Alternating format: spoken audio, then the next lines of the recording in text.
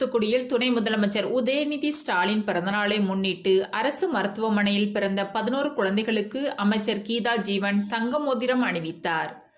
தமிழ்நாடு துணை முதலமைச்சரும் மாநில திமுக இளைஞரணி செயலாளருமான உதயநிதி ஸ்டாலின் பிறந்தநாளை முன்னிட்டு தூத்துக்குடி வடக்கு மாவட்ட திமுக சார்பில் தூத்துக்குடி அரசு மருத்துவக் கல்லூரி மருத்துவமனையில் பிறந்த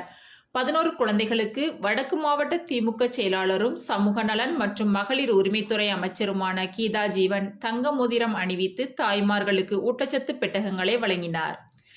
நிகழ்ச்சியில் மருத்துவமனை உறைவிட மருத்துவ அலுவலர் சைலஸ் ஜெயமணி, மாவட்ட துணை செயலாளர் ராஜ்மோகன் செல்வின்,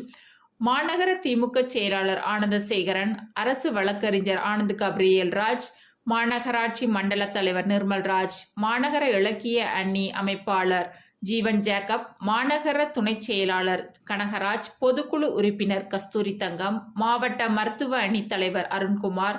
மாவட்ட மகளிர் அணி அமைப்பாளர் கவிதா தேவி, தகவல் தொழில்நுட்ப அணி துணை அமைப்பாளர் அருணா தேவி,